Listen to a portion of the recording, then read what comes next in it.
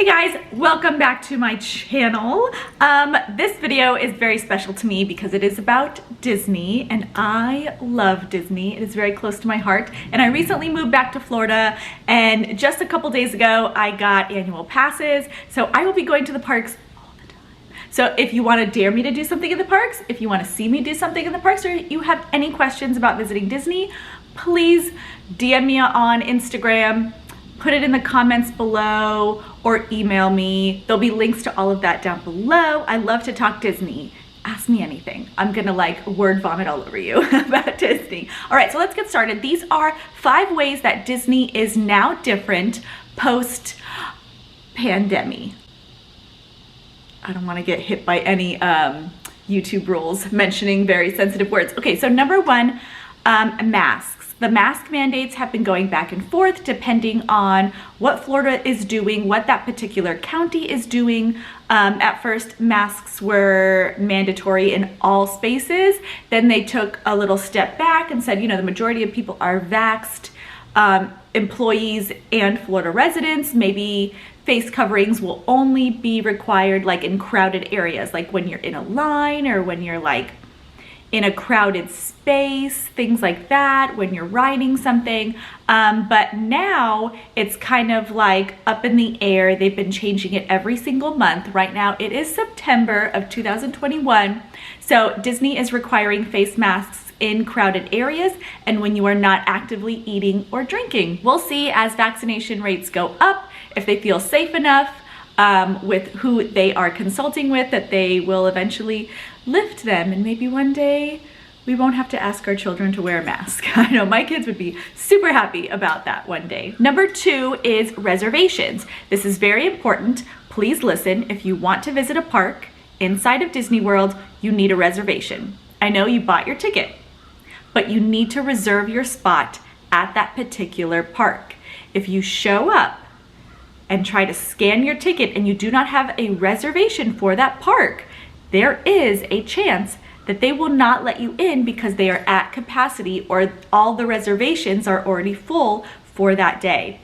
Please remember, you need a reservation. Disney is doing this because they want to try to control the amount of people that are going into parks. So you can buy a ticket, but because when you buy a ticket, you can use it at any of the 4 parks. They want you to reserve your spot. So please, please, please don't forget this, because I really don't want your Disney trip ruined because you can't get in the park. Number 3 is the whole fast pass situation. So if you've been to Walt Disney World before in the last, I don't know, 10 years, you would obtain a fast pass to like bypass the regular standby line. This line would be shorter and you could reserve it on the app.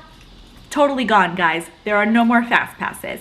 Now you pay an extra fee per park, per ticket, per person to have sort of a max pass or whatever they're deciding to call it. Now the difference with this pass is that, well, one, it has a different name, but it will not be for all of the rides. So you're going to be able to reserve a spot at certain rides, especially the most popular ones, but other rides there is not going to be an option and you're just gonna have to wait in the standby line. So now it's going to be called Disney Fast Pass Plus. So number 4 is the Magical Express. So this was the bus system that would take you from the airport to your hotel, from the hotel to the port if you're going on a cruise, or the airport to the cruise. They are actually going to do away with the Magical Express. They haven't done it yet, but they have announced that they are going to stop this service. I'm not really sure why. I think it was a great sort of upper hand that Disney had on the other theme parks or the other hotels in the area, that if you stayed with Disney, they would take care of you from the second you landed with your luggage to the hotel and back. You wouldn't have to pay for transportation. They are actually going to do away with this. Now they are going to keep the buses that take you from the resorts to the parks and to the water parks and to Disney Springs. They're gonna keep those buses, but the Magical Express that takes you from the airport to the hotel and from the airport to the port, they are doing away with. Number 5, the 5th way that Disney is different now post-pandemic is that you no longer need a magic band. Remember when magic bands came out and it was like the coolest technology? and you were able to open your room, and you were able to pay with it, and you were able to scan yourself into the park with your fingerprint and everything. Well, you no longer need it. We have advanced in our technology, and now you just need the same thing that you carry around all the time, your phone. So you are able to open the Disney World app and access your room with the app. Of course, they'll give you a key card if you still want to do that. If you still have your Magic Band, you can still program that and use it if you'd like. But I mean, don't you want less things to carry around and carry? I mean, I have a watch to know what time it is, and everybody has an Apple Watch now. Do you really want to wear a Magic Band on top of that? If you do, more power to you. You probably love like the design or the color. But guys, I know you already have your phone in your hand. Use your phone. Come on, let's declutter our lives a little bit.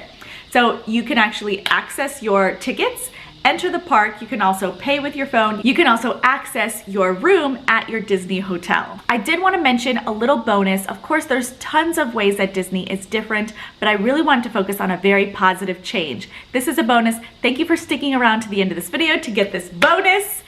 Another change that Disney has evolved post-COVID, really trying to beat this algorithm, is that all of their festivals are longer. So of course Epcot is the festival park. It had the Food and Wine Festival. It was usually like October to like right around maybe Thanksgiving. Oh my gosh, you guys. So they did the Flower and Garden Festival, and it lasted months, and it was its own Food and Wine Festival. They had local breweries, they had local food, they had all these stands. It was incredible. And then the Food and Wine Festival started super early, and it's lasting like well into Thanksgiving holiday season. So longer festivals, more extravagant festivals is another change, a very positive change post Panorama.